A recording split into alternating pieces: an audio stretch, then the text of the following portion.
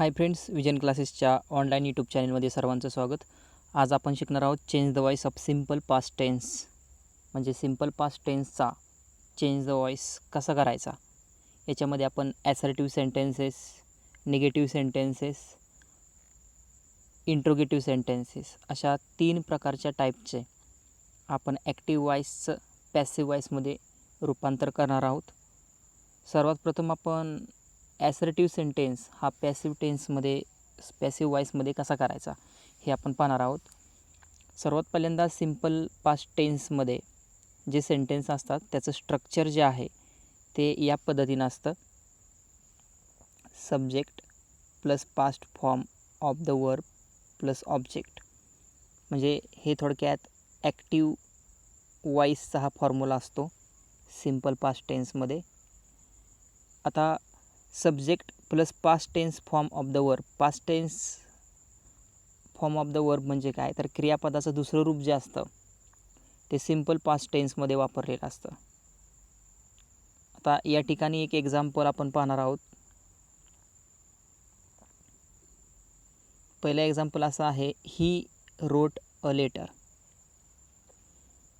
He wrote a letter हे जे sentence आहे हे ॲक्टिव्ह वॉइसमध्ये आहे, कारण याचा फॉर्म्युला जो आहे हा subject verb two plus object. म्हणजे ही रोट अ लेटरमध्ये ही आहे सब्जेक्ट प्लस रोट हे आहे वर्ब टू म्हणजे क्रियापदाचं रूप पास्ट फॉर्म, आणि अ लेटर हे ऑब्जेक्ट आहे. या पद्धतीने ॲक्टिव्ह वॉइसचा फॉर्म्युला असतो सिम्पल पास्ट टेन्सचा.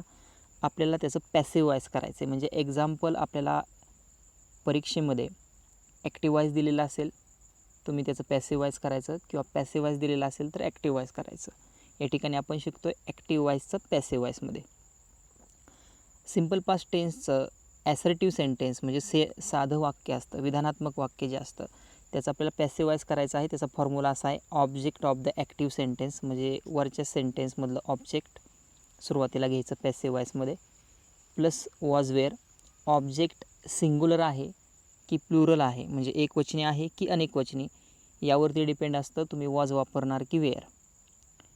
सिंगल असेल तर वॉज वापरायचं, प्लुरल असेल तर वेअर वापरायचं. त्यानंतर P form of the verb म्हणजे क्रियापदाचं कितवं रूप वापरणार आहे. कायम लक्षात ठेवायचं, पॅसिव्ह वॉइसमध्ये क्रियापदाचं तिसरंच रूप वापरलं जातं. मग ते चेंज द वॉइसचा प्रकार हा कोणत्याही टेन्समधील असो. प्लस बायने आपल्याला कर्त्याची द्वितीया जोडायची, plus subject of the active sentence. म्हणजे जसं ॲक्टिव्ह सेंटेन्समध्ये ही आहे तर पॅसिव्ह वॉइसमध्ये subject of the active sentence म्हणजे ऑब्जेक्ट प्रोनाऊन या ठिकाणी होणार आहे. सब्जेक्ट प्रोनाऊन आहे ही, हिचं ऑब्जेक्ट प्रोनाऊन होतं हिम. चला तर पाहूया, ही रोट अ लेटर. याच्यामध्ये त्याने पत्र लिहिले, यामध्ये अ लेटर हे ऑब्जेक्ट आहे. अ लेटर ऑब्जेक्ट आहे असं लिहून घ्यायचं. आता अ लेटर हे ऑब्जेक्ट सिंग्युलर आहे, मग वॉज वापरणार की वेअर वापरणार. वॉज वापरणार. A letter was. रोट हा राईटचा पास्ट फॉर्म आहे. आपल्याला क्रियापदाचं कितवं रूप वापरायचं आहे, आता पॅसिव्ह वॉइसला तिसरं रूप वापरायचं आहे. राईट, रोट, रिटर्न. त्यानंतर बाय प्लस हीचं हिम. समजलंच असेल तुम्हाला. आता दुसरं एक्झाम्पल पाहूया. They knew it. यामध्ये इट आहे असं घेतलं. इटसाठी सिंग्युलर हेल्पिंग वर्ब आहे वॉज. नो या मूळ क्रियापदाचा दुसरा फॉर्म असतो न्यू, KNEW, आणि तिसरा असतो नोन, KNOWN.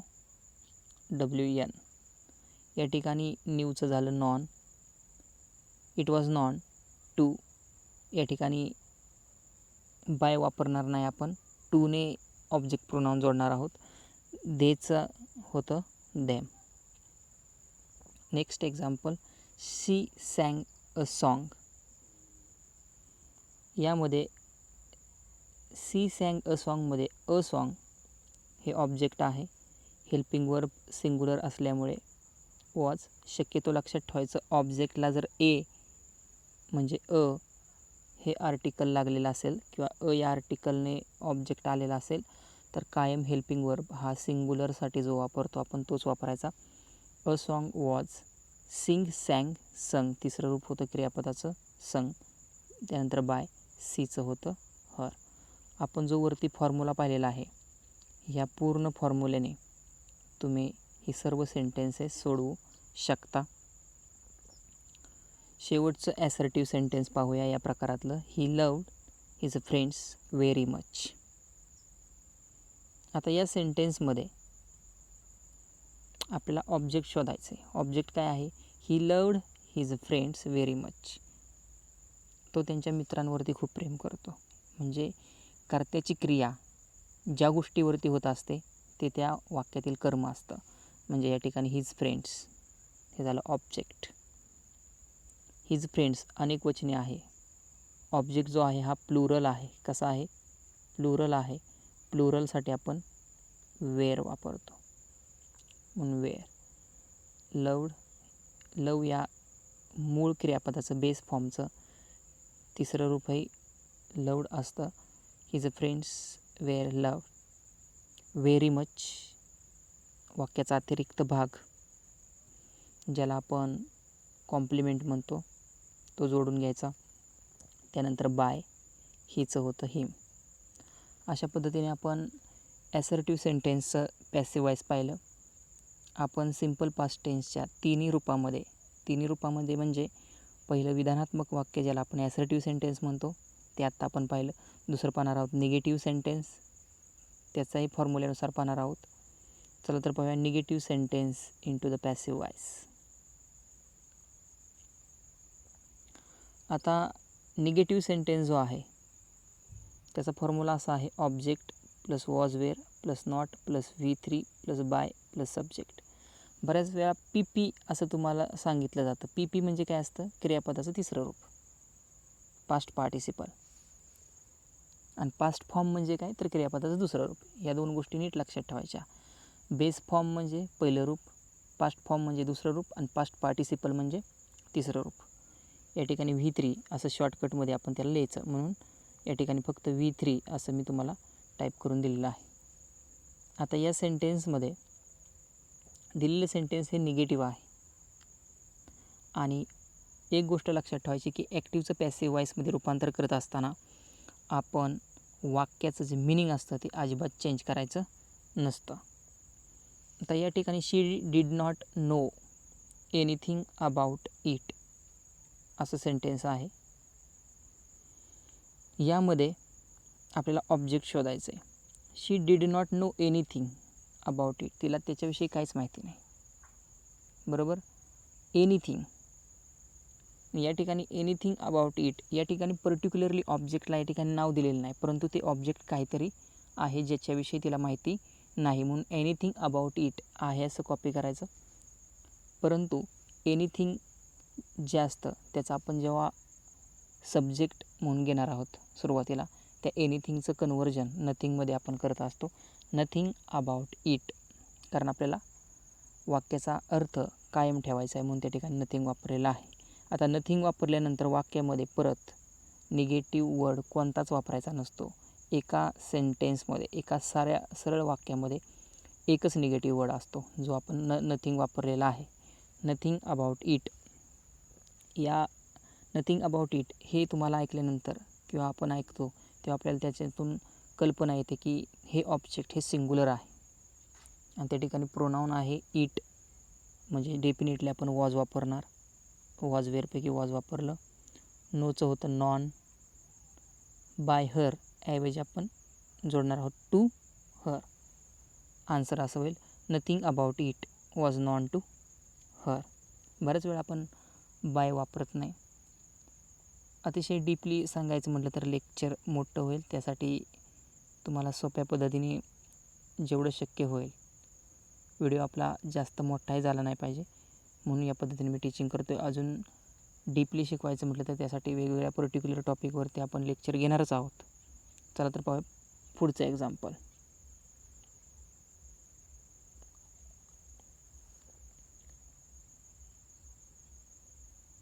नोबडी कुड discourage him from pursuing his path असं सेंटेन्स आहे. आता नोबडी कुड डिस्करेज हिम म्हणजे काय, त्याला कोणीच डिस्करेज करू शकत नाही. तो ज्या मार्गाने जाणार आहे त्या मार्गावरून त्याला कोणीच डिस्करेज करू शकणार नाही. म्हणजे या ठिकाणी हिम हेच ऑब्जेक्ट आहे, परंतु हे या ठिकाणी हिम हे ऑब्जेक्ट प्रोनाउन आहे. ज्यावेळेस आपण ऑब्जेक्ट म्हणून त्याला सुरुवातीला घेतो वाक्याच्या सुरुवातीला पॅसिव्ह वॉईसमध्ये, तेव्हा हिम राहत नाही, त्याचं ही होतं. हर असेल सी होतं, डेम असेल दे होतं, मी असेल आय होतं. जसं आपण सुरुवातीच्या ॲक्टिव्ह वॉईसमधील सब्जेक्ट प्रोनाऊनला पॅसिव्ह वॉईसमध्ये शेवटी बाय, आयचं मी, सीचं हर, हिचं हिम करतो, तसंच ऑब्जेक्ट प्रोनाऊनचं सब्जेक्ट प्रोनाऊनमध्ये घेताना पुन्हा त्याचं रिटर्न आहे अशा फॉर्ममध्ये रूपांतर होत असतं, म्हणून हिमचं ही. त्यानंतर हेल्पिंग वर्ब आहे ही, कुड. त्यानंतर नॉट. जेव्हा आपण ऑक्झिलरी वर्ब वापरत असतो तेव्हा बी हे वापरावंच लागतं. ते मग मी तुम्हाला या ठिकाणी फॉर्म्युल्यामध्ये दिलेले नाहीत. ऑक्झिलरी वर्बसाठी वेगळा व्हिडिओ आपण बनवणार आहोत. ही कुड नॉट बी. डिस्करेजचा क्रियापदाचं तिसरं रूप होतं V3 आहे discouraged. He could not be discouraged from pursuing his path by. नोबडीचं होतं एनीबडी. जसं मगाशी एनिथिंगचं नथिंग झालं, या ठिकाणी एनिथिंगचं नथिंग झालं, तसं नोबडी शेवटी गेला तर एनीबडी होतो. एनीबडी शेवटी गेला, तो जर सुरुवातीला घ्यायचा म्हटला तर नोबडी होईल. ओके, या पद्धतीनं. Next sentence, you did not listen to me, म्हणजे तू माझं ऐकलेलं नाही. यामध्ये बघा आता ऑब्जेक्ट प्रोनाऊन आहे, हा ऑब्जेक्टच आहे. मी हे काय आहे, ऑब्जेक्ट आहे, परंतु आता आपल्याला त्याला काय घ्यायचं आहे, सुरुवातीला घ्यायचं आहे. मग ते मी लिहून चालेल का, नाही, तर मीचं सब्जेक्ट प्रोनाऊन असतं आय. आता you did not listen to me या सेंटेन्समध्ये आयसाठी आपण जेव्हा you did not listen to मीचं पॅसिव्हाइज करणार आहोत तेव्हा आयसाठी आपण भूतकाळी सिंग्युलर प्रोनाऊनसाठी वॉज हे सहाय्यकारी क्रियापद वापरतो, म्हणून आय वॉज. त्यानंतर नॉट आहे असं लिसनचं लिसनड. त्यानंतर लिसन टू आहे असं बाय. यूचं सब्जेक्ट प्रोनाऊनचं ऑब्जेक्ट प्रोनाऊन यूचं राहतं. कायम लक्षात ठेवायचं, यू जो आहे हा सब्जेक्ट प्रोनाऊन आणि ऑब्जेक्ट प्रोनाऊनमध्ये सेम असतो. Last sentence, she did not right a story. या सेंटेन्समध्ये अ स्टोरी हे ऑब्जेक्ट आहे असं. हेल्पिंग वर्ब अ स्टोरीसाठी लक्षात ठेवायचं, डिड नॉट जरी ॲक्टिव्ह सेंटेन्समध्ये असेल तर पॅसिव्ह सेंटेन्समध्ये आपण ऑब्जेक्टच्या सिंग्युलर किंवा प्लुरल फॉर्मनुसार हेल्पिंग वर्ब वापरत असतो. ते भूतकाळातले वॉज किंवा वेअर हे प्लुरल किंवा सिंग्युलरनुसार वापरायचे असतात. त्या ठिकाणी डिड वापरायचा नसतो. अ स्टोरी वॉज, त्यानंतर नॉट जोडायचा सूत्रानुसार. राईटचं होतं रिटर्न, त्यानंतर बाय आहे असं सीचं होतं हर. अशा पद्धतीने आपण निगेटिव्ह सेंटेन्सचं पॅसिव्ह वॉईस पाहिलं. पुढचा प्रकार आपला असा आहे इंट्रोगेटिव्ह सेंटेन्सेस. आता इंट्रोगेटिव्ह सेंटेन्स हे दोन प्रकारचं असतं. पहिलं वर्बल क्वेश्चनचं असतं, म्हणजे ज्यामध्ये सहाय्यकारी क्रियापदांचा वापर करून प्रश्न दिलेले असतात, म्हणजे प्रश्नार्थक ॲक्टिव्ह वॉईस असतं. याचं रूपांतर आपल्याला पॅसिव्ह वॉईसमध्ये करायचं असतं. त्याचा फॉर्म्युला असा असतो, was were plus object plus V3 plus by plus subject, या पद्धतीने. पण जर इंट्रोगेटिव्ह सेंटेन्स हे WH वर्डने सुरू झालेलं असेल तर त्याला सुरुवातीला त्याचं पॅसिव्ह वॉईसमध्ये रूपांतर करत असतं आणि त्याच WH वर्डने पॅसिव्ह वॉईसला सुरुवात करायची आहे. या ठिकाणी दोन्ही फॉर्म्युले दिलेले आहेत, हळूहळू तुम्हाला समजेल. Passive forms of this sentences begin with did if the active sentence begin with a question word. म्हणजे जर ॲक्टिव्ह सेंटेन्स क्वेश्चन वर्डने सुरू झाले असेल, the passive sentence will also begin with a question word. म्हणजे पॅसिव्ह सेंटेन्ससुद्धा कशाने सुरुवात होईल, क्वेश्चन वर्डनेच सुरुवात होईल. आता पाहूया आपण दोन्ही प्रकारचे फॉर्म्युले एकाच वेळेस कंबाईन केलेले आहेत. If the active sentence begin with who or whose, जर ॲक्टिव्ह सेंटेन्सची सुरुवात अगोदरच्या पण आपल्या चेंज द वॉइसच्या व्हिडिओमध्ये तुम्हाला हू आणि हुज विषयी तुम्हाला सांगितलेलं आहे की ॲक्टिव्ह सेंटेन्समध्ये हू किंवा हुजने वाक्य सुरुवात झालेलं असेल तर passive sentence will begin by whom किंवा बाय हुज. तर पॅसिव्ह सेंटेन्स हे बाय हुमने किंवा बाय हुजने सुरू होते, हे लक्षात गोष्ट ठेवायची. If the active sentence begin with whom the passive sentence will begin with who. जर ॲक्टिव्ह सेंटेन्सची सुरुवात हुमने झालेली असेल तर पॅसिव्ह सेंटेन्सची सुरुवात ही हुने होईल. ॲक्टिव्ह सेंटेन्सची सुरुवात हू किंवा हुजने झालेली असेल तर पॅसिव्ह सेंटेन्सची सुरुवात बाय हू, बाय हुम किंवा बाय हुजने होईल. त्यासाठी तुम्ही व्हिडिओ मागचा पुन्हा पहा. आता मी पुन्हा समजून सांगतो आहे. चला तर पाहूया मित्रांनो, पहिलं एक्झाम्पल या ठिकाणी पाहूया. आता या ठिकाणी डीडने क्वेश्चन्स विचारलेला आहे, बरोबर. पहिलंच या ठिकाणी उदाहरण जे आहे हे खालच्या फॉर्म्युल्यानुसार नाही आहे, हे आपल्या मागच्या फॉर्म्युल्यानुसार आहे, जे मागच्या पेजवरती गेलं. फॉर्म्युला असा आहे, was were plus object plus V3 plus by plus subject. पहिलं एक्झाम्पल पाहूया, जे हेल्पिंग वर्बनुसार सुरुवात झालेली असते. या ठिकाणी हेल्पिंग वर्ब आहे डीड, जे या ठिकाणी डीड हाच आपल्यासाठी ऑक्झिलरी वर्ब आहे, हेल्पिंग वर्ब आहे. Did he break the window. या सेंटेन्सचं उत्तर आपल्याला येस नो टाईपमध्ये द्यावं लागतं. अशा प्रकारच्या क्वेश्चनचा पॅसिव्ह वॉइस हा helping verb was were plus object plus V3 plus by plus yes या पद्धतीने करावा लागतो. तर आता did he break the window, यामध्ये सुरुवातीला आपण पॅसिव्ह वॉइसला सुरुवातीला हेल्पिंग वर्ब वापरणार आहोत. हा जो आपण हेल्पिंग वर्ब वापरणार आहोत तो ऑब्जेक्टनुसार घेणार आहोत. पण एक लक्षात गोष्ट ठेवायची की सुरुवातीला आपल्याला हेल्पिंग वर्ब घ्यायचा आहे आणि ऑब्जेक्ट तर आहे द विंडो. या ठिकाणी द विंडो हा सिंग्युलर वर्ड आहे, म्हणजे वाक्याची सुरुवात पॅसिव्ह वॉइसची सुरुवात आपल्याला कशाने करावं लागेल, वॉजने, वेअरने नाही. Was the window. ब्रेकचं तिसरं क्रियापदाचं रूप असतं ब्रोकन, त्यानंतर बाय, हिचं होतं हिम. ओके, अशा प्रकारे आपण येस नो टाईप क्वेश्चन जे असतात त्याचा हा आपण एक एक्झाम्पल पाहिलं. आता WH वर्ड पाहूया. याच्यामध्ये तुम्हाला सगळ्याच प्रकारची उदाहरणं पाहायला मिळतील. WH वर्डसुद्धा मिळतील आणि हेल्पिंग वर्बने सुरू झालेल्या प्रश्नांची सुद्धा आपल्याला पॅसिव्ह वॉइस या ठिकाणी करायचे आहेत. पहिलं एक्झाम्पल असं आहे, why did you abuse your servant. असं सेंटेन्स आहे. एक गोष्ट लक्षात ठेवायची, जर ॲक्टिव्ह वॉइसची सुरुवात व्हायने झालेली असेल, म्हणजे WH वर्डने जर ॲक्टिव्ह सेंटेन्स सुरू झालेला असेल तर पॅसिव्ह वॉइससुद्धा ॲक्टिव्ह सेंटेन्सच्या WH वर्डनुसारच सुरू होते. या ठिकाणी व्हाय आहे, खाली व्हाय घेतलं. युअर सर्वंट म्हणजे हा सिंग्युलर आहे म्हणून आधी वॉज वापरला. Why was your servant. अब्यूजचा पास्ट पार्टिसिपल होतो अब्यूज्ड, म्हणजे क्रियापदाचं तिसरं रूप होतं अब्यूज्ड बाय. यूचं राहतं यूज. पुढं, did anyone steal your purse. हा आहे येस नो टाईप क्वेश्चन. याचं उत्तर तुम्ही येस किंवा नो असं देता. आता did anyone steal your purse. आता या ठिकाणी ऑब्जेक्ट आहे युअर पर्स, एकवचनी आहे म्हणून सुरुवातीला वॉजने सुरुवात केली. प्रत्येक वाक्य हे सोडवत असताना तुम्ही मी दिलेले फॉर्म्युले आहेत त्या फॉर्म्युलेनुसार सोडवा. कोणत्याही प्रकारची त्या ठिकाणी तुम्हाला अडचण येणार नाही. तुम्हाला जर काही तुमच्या क्वेरी असतील तर तुम्ही मला कमेंट बॉक्समध्ये लिहू शकता. वॉज युअर पर्स ऑब्जेक्ट आहे. स्टीलचा सेकंड फॉर्म असतो स्टोल, तिसरा असतो स्टोलन. बाय एनीवन आहे असं. Next, did anyone hurt your feelings. हा सुद्धा येस नो टाईप क्वेश्चन आहे. WH क्वेश्चन कशाला म्हणायचं, ज्याची सुरुवात WH वर्डने होते. Who, what, when, why, whose, how, where, when, which अशा प्रकारचे.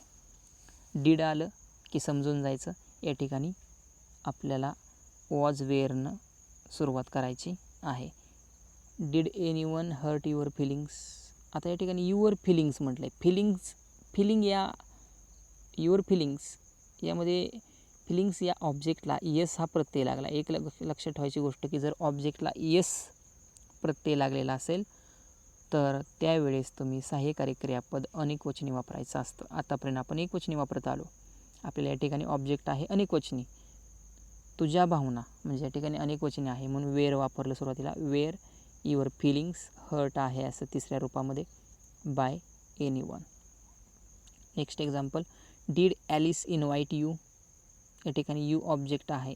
लक्षात ठेवायचं, यू सिंग्युलर असो किंवा प्लुरल असो, त्याला हेल्पिंग वर्ब भूतकाळामध्ये वेअरच वापरतात म्हणून सुरुवात वेअरने.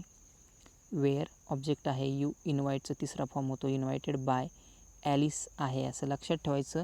ॲक्टिव्ह सेंटेन्स मग ते ॲसर्टिव्ह सेंटेन्समध्ये असो, निगेटिव्ह सेंटेन्समध्ये असो किंवा इंट्रोगेटिव्ह सेंटेन्समध्ये असो, त्यामध्ये वापरलेलं एखादं नाउन जर असेल, विशेष नाम जर असेल, म्हणजे एखाद्या व्यक्तीचं नाव जर असेल तर त्याच्याऐवजी सर्वनाम वापरायचं नाही. कायम गोष्ट लक्षात ठेवायची.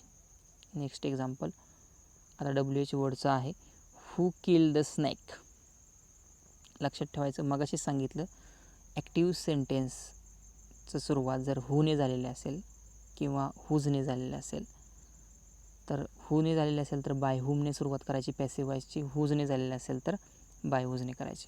हू किल द स्नेक सुरुवात करणार आहोत by whom. The snake singular आहे त्यामुळे अगोदरच आपण वॉज वापरणार आहोत. By whom was the snake killed आहे असं. किल, किल्ड, किल्ड. लक्षात ठेवायचं, तुम्हाला कोणतंही ग्रामर महत्त्वाचं वाटत असेल किंवा तुम्हाला जर अडचण येत असेल तर एक गोष्ट लक्षात ठेवायची, तुम्हाला तुमचे बेसिक टेन्सचे 12 काळ तुम्हाला माहीत पाहिजेत. किंवा क्रमांक 2, तुम्हाला क्रियापदाची सगळी रूपं माहीत पाहिजेत. क्रमांक 3, तुम्हाला कोणती सहाय्यकारी क्रियापदं, कोणती ऑक्झिलरी वर्ब्स आहेत हे माहीत करून ती कुठं वापरली पाहिजेत हे पण माहिती पाहिजे. तेव्हाच तुम्हाला ग्रामर येणार आहे. असं कोणीही तुम्हाला सांगत नाही की ग्रामर, इंग्लिश ग्रामरमध्ये बाबा फक्त फॉर्म्युले देतील, सांगतील समजावून, पण त्याच्या पाठीमागची कुठली गोष्ट अशी की ज्यामुळे आपल्याला ग्रामर जमत नाही. बाबा माझे सगळे फॉर्म्युले पाठ आहेत, मला सगळे येतं आहे, परंतु उपयोग काय? बेस फॉर्मच म्हणजे बेसिकच जर कच्चं असेल तर तुम्हाला काहीच येणार नाही. त्यामुळे बेसिक गोष्टी पूर्ण करून घ्या. 12 टेन्स तुम्हाला माहीत पाहिजेत, त्यांचे फॉर्म्युले माहीत पाहिजेत, कोणतं वाक्य कुठल्या काळातलं हे माहीत पाहिजेत.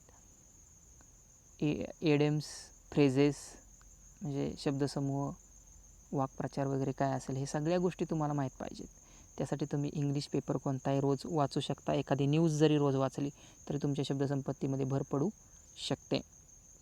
या ठिकाणी तुम्हाला इंग्लिश मराठी डिक्शनरी तुम्हाला मी सजेस्ट करू इच्छितो. तुम्ही इंग्लिश मराठी डिक्शनरी वापरून तुमच्या अभ्यासामध्ये तुमची प्रगती करू शकता. नेक्स्ट एक्झाम्पल पाहूया. Why did he punish you. WH word आहे व्हाय. सुरुवात व्हायने आहे अशी. यूसाठी हेल्पिंग वर्ब असतो वेअर. ऑब्जेक्ट यू आहे असा. पनिशचं तिसरं रूप असतं, क्रियापदाचं तिसरं रूप आहे पनिश्ड बाय. हिचं होतं him. Next sentence, whom did you laugh at. आता या सेंटेन्समध्ये whomने ॲक्टिव्ह सेंटेन्सची सुरुवात झालेली असेल, whomने झालेली असेल तर passive sentence who. Okay. who was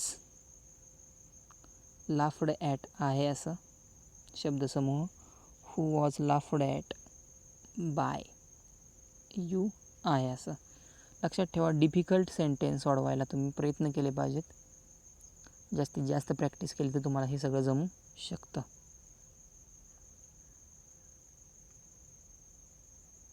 अशा प्रकारे आपण change the voice simple past टेन्समध्ये सुरुवातीला पाहिलं changing and assertive sentences into the passive. याची रिव्हिजन पुन्हा एकदा घेऊया आपण.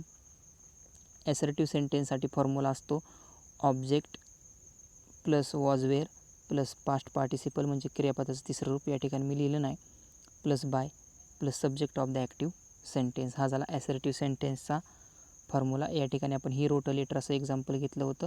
या ठिकाणी ऑब्जेक्ट अ लेटर, त्यानुसार हेल्पिंग वर्ब सिंग्युलरसाठी वॉज, रोटचा तिसरा फॉर्म होतो रिटर्न. फॉर्म्युलेनुसार जायचं, कोणतीही चूक करायची नाही. त्यानंतर बाय, हिचं होतं हिम. त्यानंतर आपण पाहिलं निगेटिव्ह सेंटेन्स, त्याचा फॉर्म्युला असा आहे object plus was were plus not plus V3 plus by plus subject. यामधलं एक एक्झाम्पल पाहूया पुन्हा. You did not listen to me. Me हे ऑब्जेक्ट आहे, त्याचं आय झालं. निगेटिव्ह सेंटेन्सनुसार आयसाठी आपण हेल्पिंग वर्ब वापरणार आहोत. वॉज किंवा वेअरपैकी सिंग्युलरसाठी वॉज. नॉट आहे असा. सूत्रानुसार लिसनचं तिसरं रूप होतं लिसनड. लिसन टूचं लिसनड टू आहे असा शब्दसमूह घ्यायचा. बाय यूचं ऑब्जेक्ट प्रोनाऊन यूच. इंट्रोगेटिव्हमध्ये पाहिलं आपण. काय पाहिलं इंट्रोगेटिव्हमध्ये?